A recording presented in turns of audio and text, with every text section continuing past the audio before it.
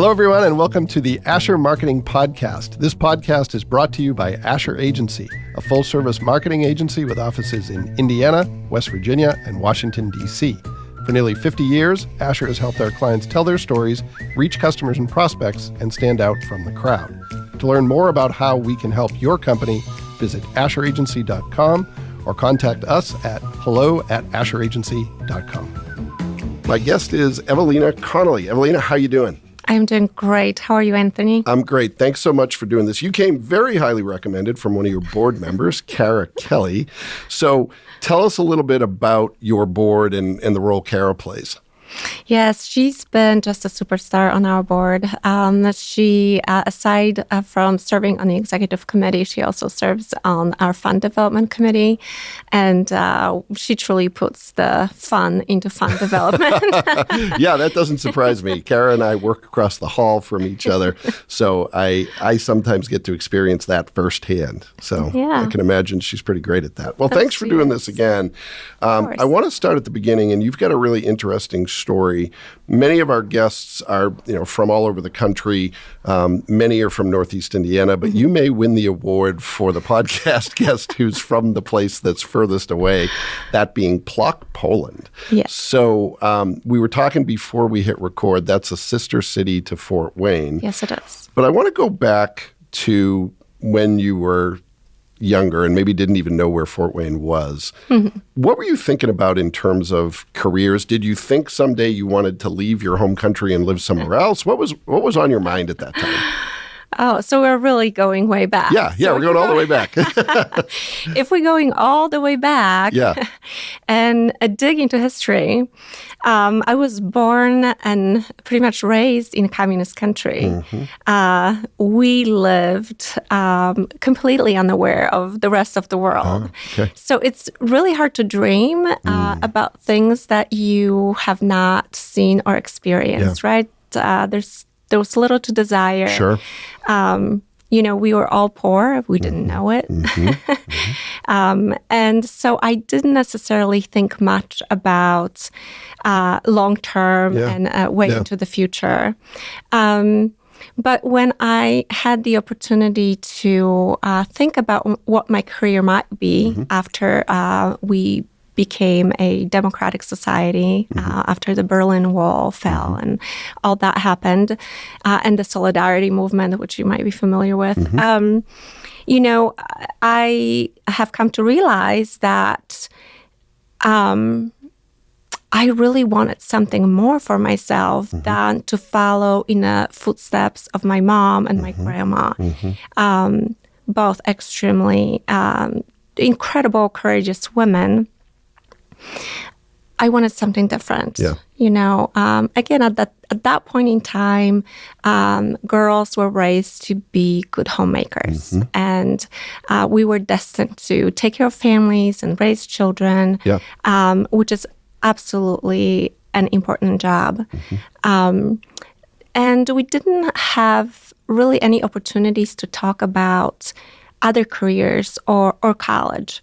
So at some point, when I was in high school, I realized that there is an opportunity to go to college, except I didn't know that I was going to have that opportunity because I did not come from a family that was able to afford much at the time. And so when choosing my career, or college degree, I had to be very level-headed and pick something that could, in the future, provide for me. So I knew I needed to work to pay for my degree, which means I needed to invest in something that will provide, good return on the investment. Okay. And so my first career choice was to become, in a way, a corporate lawyer, corporate attorney. Okay, a little different than leading a nonprofit, yeah?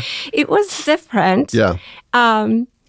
Similar in some ways. It takes a lot of courage and innovation. And so picking a corporate law degree at the time had everything to do with being courageous and innovative because we were a country that was transitioning from a communist regime, everything was government owned, to creating a private sector. So the degree itself was very new and very trailblazing, innovative. Yeah. So kind of new possibilities, things that weren't available to your mom and your grandmother. So somewhere along the line, you visit Fort Wayne, Indiana, because of the sister city relationship. So if you don't mind my asking, about when does that happen, and what are your first impressions of Fort Wayne? So I believe my first visit might have happened in 1994. Okay. And it was in the fall, and we came and were hosted by the city government. I believe Mayor Graham Richards was the mayor at the time. And so my first impressions were not super great. Because at that point, we have access to television. We see American films. We see the tall buildings. So you're expecting New York or Los Angeles. And we're seeing a lot of things. And you land in the middle of a cornfield in the Fort Wayne airport. And one of the receptions in our honor happened downtown, right up front of the Performing Arts Center. And I remember it's truly been quite an experience. I remember there was a table and a sheet cake that we would identify as typical American cake, and we're fascinated by it. But there are no people. There's literally nobody on the streets. And it was fall, and it was a little windy, and it was just very eerie feeling, because for us, downtown is the heart of the city. That's where everything happens. And here we are standing there, and there aren't any people walking on the streets. It was kind of scary in a way, you know, kind of apocalyptic. So we were looking at each other in disbelief, like, where are the people? What is happening here? One of my first experiences with Fort Wayne, so I moved to Northeast Indiana in 1994, around the same time, but I was sort of on the outskirts. I had no idea. I'd grown up in the city and just thought every place was like where I grew up. And I got to Indiana and I was like, oh, there's cows on the side of the road. That's new. And I was living in a much more rural part of the region. And I remember a job interview took me to Fort Wayne, and I'm driving through downtown. I'm like, okay, I'm starting to see tall buildings. I must be getting close to downtown. And I kept going, and I was like, oh, that was it. That was downtown. I need to turn around. And you're right about the people. I mean, I started working at downtown in a job before Asher, and literally there are about 3 places to go to lunch. And it's very different than how it is today. So you have that experience, and then you come back again. Right? You visit Fort Wayne again. And how much further down the road was that you visited Fort Wayne again? So I came to Fort Wayne, in pursuit of opportunity after I graduated college in Poland, which was in a way humorous because I still didn't speak English and my degree didn't transfer. So, I got a fresh start, truly. And did you have a network here? Were there people you knew, or were you starting basically from scratch? There were people that I knew. Absolutely. The relationships that I built through our sister city relationships and the families I've gotten to be familiar with. Okay. So you've got a degree you can't use. You're in a country where you don't speak the language. Where do you go from there? What's the next step? Well, you take baby steps and you start anew. And so in a way, it's exciting. It's a brand new opportunity. And it's also it was the most humbling experience yet. Definitely character building for sure. Which, I'm very grateful for. I would not have traded it for the world. I've learned so much during those early days. And, you watch a lot of Sesame Street. yeah.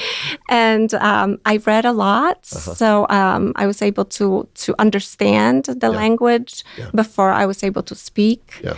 And then over time, just knowing that I have this brand new opportunity. What am I going to do with it? Yeah. Right. So finding a way to find my true passion and go back to school. I was accepted to an IU graduate program where I studied marriage and family therapy. So graduated with master's in education, but with concentration on marriage family therapy. Okay.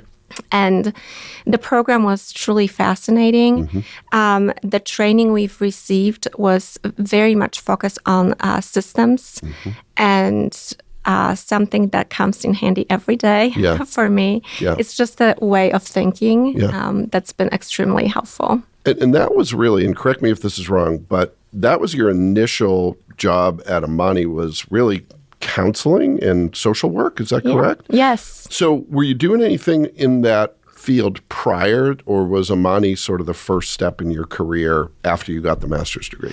Yeah, so prior to that, aside from working, all kinds of jobs, right? So when you're learning, you're earning your way, and there's a learning that happens.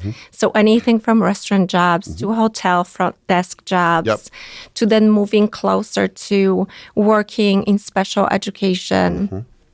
I was working for an alternative program at one of the alternative schools. And so truly the first steps that I was able to take as a therapist was after graduating. And that was in 2009. Okay. And I remember Dr. Sanita Michael, who is the founder of Amani Family Services.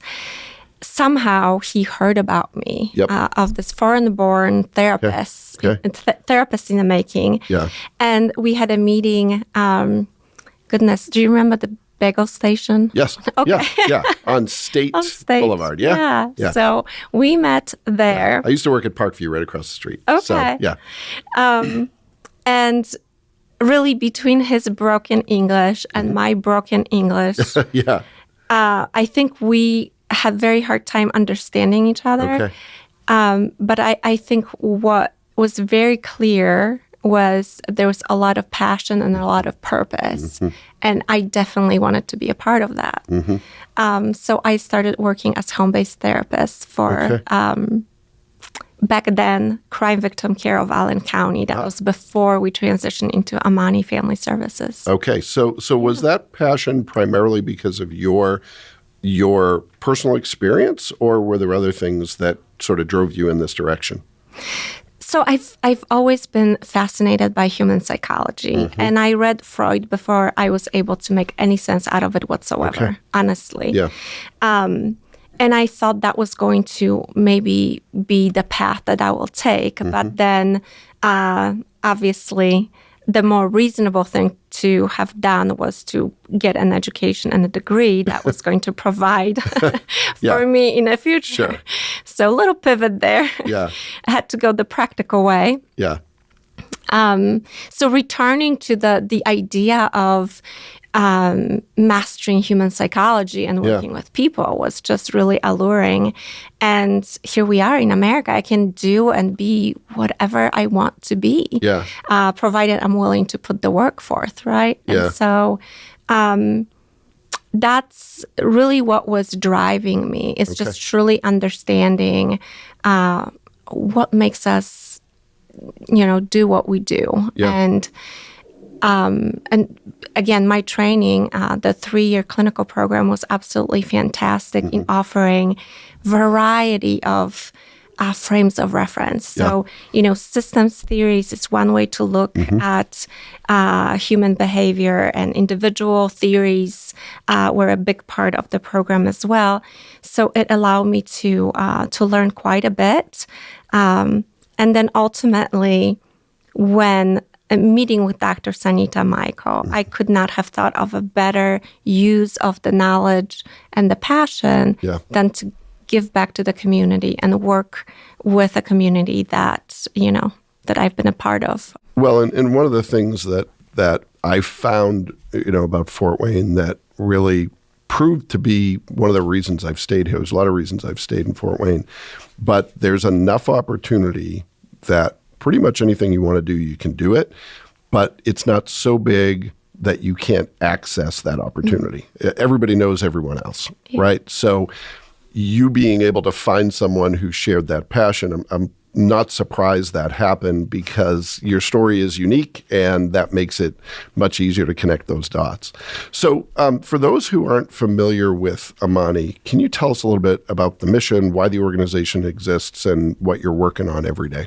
Yes.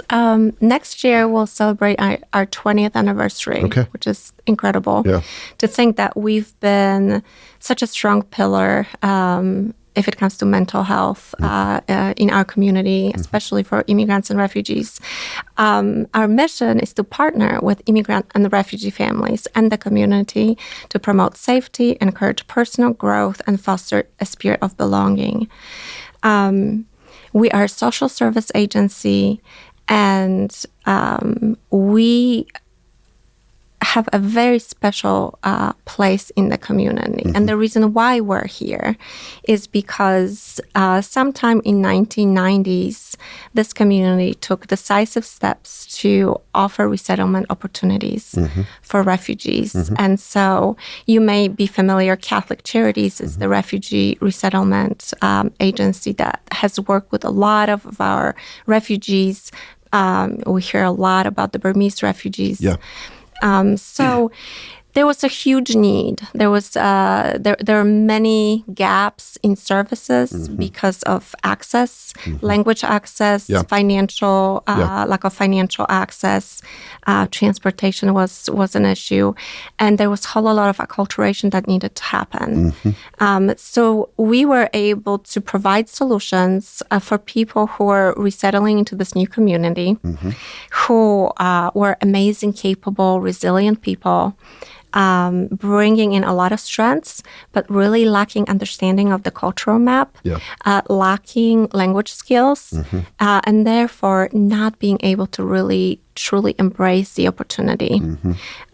So we've created services to support those individuals. So whether that being a casework where we would connect people to services that they may need, housing, employment, any resource you can think of, to mental health counseling, to advocacy for our victims of crime.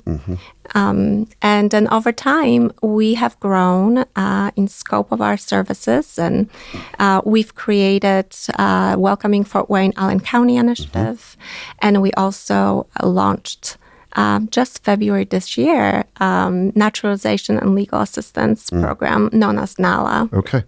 Well, and my knowledge of Amani, other than what I've heard from Kara, is pretty limited. But one of the things I've been impressed with is how you make your mission accessible in ways that may seem superficial, but it's a great foot in the door. Welcome Week, just being one example. A friend of mine, Aaron Robles, got me involved, and that was through food, which I didn't really understand that until I got involved, and I was like, oh, this is a way to kind of bridge that gap between cultures. Yes, I ultimately, even in sharing my story, I can tell you what are some things that I have done. I've taken responsibility for, I've taken action on. But we don't live in a vacuum, right? So there are a whole lot of people that have made opportunities available to me. Yeah. I had to do the work to capitalize on those opportunities. But there are a whole lot of people. Relationships are so extremely important. So when we think about welcoming people well to the community, we think, we are really, really the best when we neighbor well. And Welcoming Week it's an opportunity for us to neighbor well, right? So we try to engage with our multicultural community and with Fort Wayne-born and raised individuals to see how we can build these bridges of understanding, how we can find this common ground, and how we can truly thrive as a community together. Well, and it's reflective of the fact that that's sometimes people's first impression of another culture is through food. So that was really impressive to me. I know you do a lot more than that, and the work is sometimes, really challenging, but it was a great sort of first impression on the organization. So you've really grown up with Amani, if that's, the right way to put it. You've moved up in the ranks over the years. So talk us through that journey, where you started and how you moved into the position you're in today. I started as home-based therapist, and I worked primarily with adolescents and their families, their parents, that were referred to us through probation. Okay. Also, some families refer through the Department of Child Services. One way or another, that work put me directly in the homes of these families and these individuals. Yeah. And I just absolutely loved it. Yeah. I enjoyed every minute of it. My area was the southeast area of town. I've learned so much and met so many wonderful people. And I've worked with a lot of languages, a lot of Spanish speakers, a lot of Burmese speakers, and the families looked different and the languages sounded different, but the story was the same. And the common denominator of the story was that at some point, an adolescent has gotten into trouble and now I'm in their home, right? Yeah. Now they're referred and for services, and I'm in their home. And the more I looked at what were the reasons, why are we here? Why do I have a caseload of teenagers? Yeah. And it all seems like such a similar story. I quickly realized that what I was witnessing was that perfect recipe for an unruly adolescent. And the main ingredients of that was immigrant refugee family moving into a new community, not being able to speak English, leaning onto the then young child for language access, which meant that these young individuals were involved in a lot of high-level conversations, anything from finance to medical. That's what we call in therapy world a parentified child. Okay. And so they learned that they have a lot of power. So by the time they became adolescents, they thought that they are in charge of the household. Interesting. And the parents had a very hard time reclaiming that. So that's just one example of, being able to put the systems lens on and see how does the problem develop? How is it perpetuated? Who is participating in that problem? And so I loved working with my families, and I loved problem solving with them. But I felt that there is a different level of change that needs to happen. And I need to be able to find a way to sit at the tables where decisions are made and help people understand that some of the well-meaning decisions are negatively impacting those families. So you're trying to move to the root cause instead of the after effect of it. Yeah. So that led me to taking on a clinical director role with the organization. And then gradually serving as the chief operations officer, and then as of the past several years as a chief executive officer. And I'm still solving problems, and I'm still trying to find my ways to the tables where decisions are made. Well, and you're not doing it alone, obviously. You have a team you're working with. So tell us a little bit about your team, if you would. Just such an incredible group of people, honestly. And, before we started, we talked a little bit about longevity with an organization and, how after a while you'll find yourself to be the oldest person or maybe the most experienced person in the organization. Or both, Yeah. So I can absolutely relate to that journey. Yeah. So my staff, a lot of them are individuals who started with us as an intern. Mm-hmm. And then also progress through different levels of responsibility and leadership. And that is certainly true to all members of my executive team. And so we've been together for quite a while. And I cannot imagine, attempting this mission without them on my side. Well, that's great. That's great. Makes those challenges a little bit less daunting, I'm sure.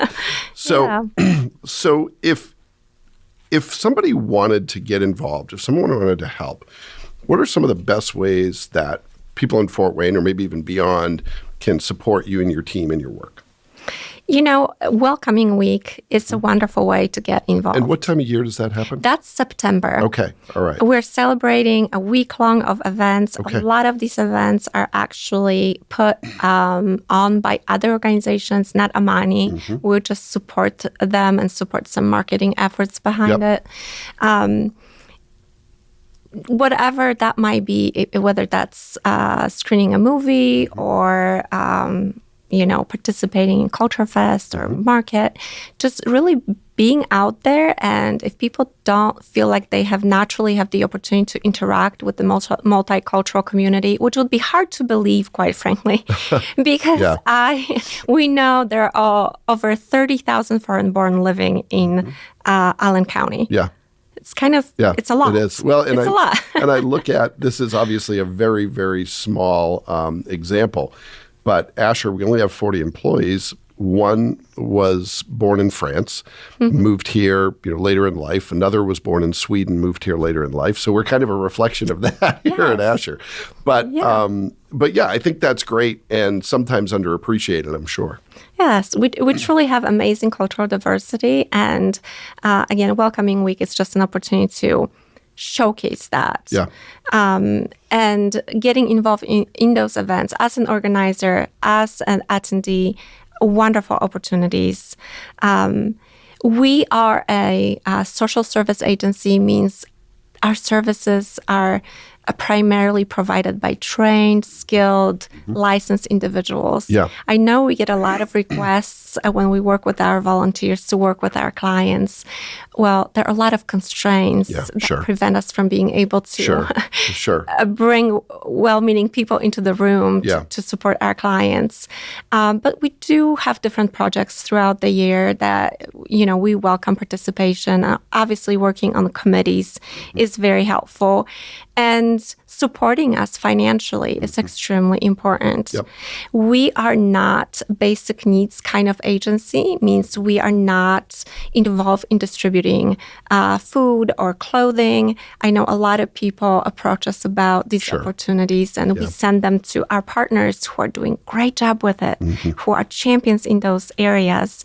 We are not champions at managing inventory. Yeah. We know what we do well, so I applaud that because so many times people want to expand their mission and ends up duplicating other organizations in the community. And I love that you're working collaboratively to solve different but related problems. I think that's great. Yeah, I think we do very well connecting people to services. And just like you mentioned, there's no reason to reinvent the wheel. Yeah. There are people who are doing this work very, very well. Yeah. So with this interview coming out near the end of the year, what are some of the things that are on the horizon? Welcome Week is a long time away, but what are some of the things that you're focused on over the course of the next couple months? Definitely wrapping up the year, and it's been an incredible year. Launching a new program. I mentioned to you NALA, which was a huge accomplishment after about 2 years of hard work and fundraising to make that reality. We also earned certification as Allen County, and that was work done through the Welcoming Fort Wayne Allen County initiative. Again, a couple years of hard work of many, many community leaders that resulted in Allen County completing community audits and passing in flying colors and receiving an official certification, which makes us the first certified welcoming county in the entire state of Indiana. Oh, it's amazing. Yeah. So, we just... we want to take a little bit of time to celebrate. Maybe the last part of the year is focused on really celebrating the wins, understanding the secret sauce, finding ways to duplicate that next year to make sure that our other projects are successful, and getting ready to celebrate big. As I mentioned, our 20th anniversary is going to happen next year. We would love to have a very special event for that. So we would welcome any kind of support in that space. Again, it's a big undertaking, but we're looking forward to that. That's going to be a lot of fun. Well, congratulations on some great things in the rear view mirror and some good things ahead in the windshield. So I'm going to pivot to a few final questions to bring home some of the things we've talked about. And the first has to do with your career and advice you might give to someone about what it takes to have a fulfilling and successful career. You started almost literally from the ground up and have moved up into a position where you have a lot of responsibility, a lot of opportunity to make a difference. If somebody were to ask you, what's the secret to career success and fulfillment, how would you respond to that? Understanding your values. Because if you are in a space where you are not able to work based on your values, it would be extremely hard. But then being prepared to work hard. There are no shortcuts. There's no easy button. It's really waking up every morning and being disciplined around what it is that the goal is for the day, how does it feed into the overall goal. Giving yourself grace along the way because it is a marathon. It's not a sprint. And quite frankly, even looking at my own experience, look where I started and where I'm at. So sometimes we can't be too focused on the idea of what we think we need to be doing. We need to be open to other opportunities. And I am also deeply spiritual, so I use my spirituality, as a guide as well, in knowing that I'm trying my best today to grow where I'm planted, but I also want to be open to the opportunities to serve in other capacities.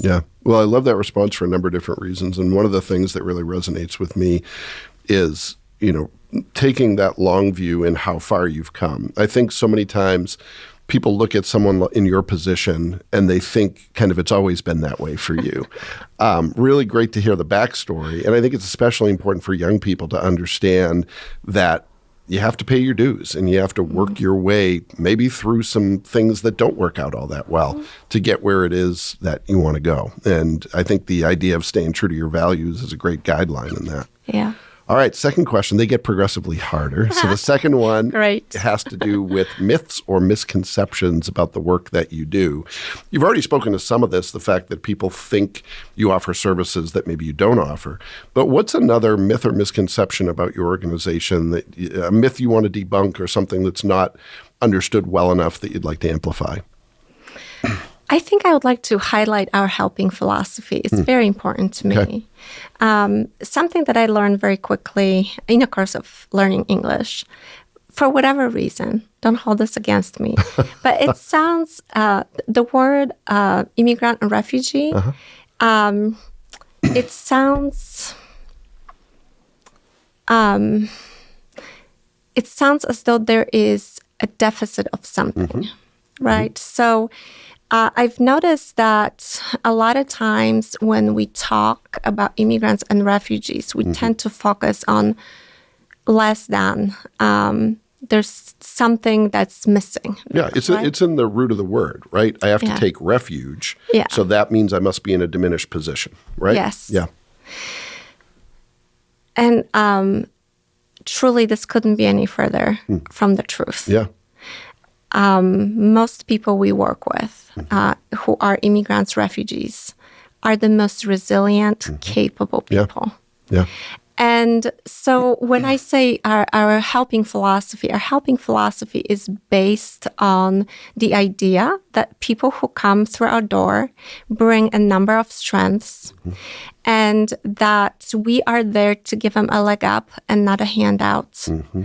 And that they are extremely capable, but they do need cultural map, and they do need assistance, language access, that can look like an interpreter in a room, that can look like a translated document, but also English learning opportunity. Yeah. Because that's important. Yeah. People need to learn how to speak the language when they live, in a new country. Yeah. That's what really allows them to thrive, to feel like they belong, like they're a part of something, to understand what happens around them. Yeah. So we focus on that as well. So that's important to me to stress, because again, the way we think about how we are effective at helping people, it's just being a fellow, traveler alongside, and allowing our clients to be the experts, and us just really putting the right tools and resources that they need at the time. Yeah, and a number of things there resonated. So much in our society, we tie perceptions of intelligence to ability to use the English language. And they're incredibly talented people who come here where that's the only missing piece is they don't yet speak the language. I had a really humbling experience where whenever I've traveled, it's always been somewhere where they speak English until I went to France and went outside of Paris, and I was lost. I just didn't speak the language. My 11-year-old stepdaughter picked up French much more quickly than I did, and she was kind of my guide. But it really gave me a sense of how important it is to be able to navigate the language, and how much any of us would be diminished in a situation where we don't speak the native language. So I really appreciate what you're saying there, and really understanding that anyone who comes here, they have strengths, they have talents, and if we can help them navigate the language piece, then they can contribute in great ways to the community. Absolutely. Yeah. Okay, one more. Yes. So this is the one you were dreading before we hit record. What's a tool or tip or trick or something that helps you get the work done? I mean, you obviously have a lot of important work to do. You want to be effective, but you want to be efficient. What's the secret there? And it could be an analog tool. It doesn't have to be digital. What's something that helps you get your work done? Yes, I'm definitely the analog generation. So not only I miss out on this whole, computer revolution, but I don't know that you're missing out. well, American children were, using computers. We didn't even dream of a computer lab in our schools. So literally a much later start, late bloomer in that area. And if my staff hears this interview, they'll laugh because it's so true. It's so true. Yeah. But I believe in making your work as efficient as possible. Sure. Right? Yeah. So I am learning. I'm an avid learner, and so I learn that space too. I will, however, say that one of the most powerful tools that I've had at my disposal throughout my career have been relationships. And there's nothing more powerful than that. There's nothing more powerful than being able to reach for your phone and text, a peer, another CEO. Yeah. Do a quick, poll with, hey, what do you think about this? Or what are your recommendations? Or what do you think I should do in regards to XYZ? By far, the most powerful tool, not only to get my work done, to get my answers quickly, but also to feel supported in the choices that I'm making. Well, and to understand people from backgrounds different than your own. There was a time in my career where I thought I had to have all the answers. And now I'm proud to say I have very few answers, but I know people who have better answers and who understand things that I don't. And those relationships are, as you mentioned, really the key. Yeah, and I am right with you. I think that big part of being a good leader is not that you know everything, is having the right tools, supports, and ways to find the answers that you need. Yeah, and if you asked around Asher, they would tell you, I really don't know anything. I just know how to find the people who know things. So I'm right there with you. In that, you are instrumental. Well, I'm going to end on that note. I don't want to push that any further, but thank you so much for being a guest on the podcast. It's been great to hear your story. Thank you, Anthony. I appreciate being here. Thank you. Thanks to everyone who took the opportunity to listen to this interview on the Asher Marketing Podcast. We'll be back next time with another great guest, and we hope you'll join us then. The Asher Marketing Podcast is a production of Asher Agency, a full-service agency for franchises and co-ops, colleges and universities, financial service companies, healthcare organizations, and government agencies. We'll be back next time with another great guest, and we hope you'll join us then.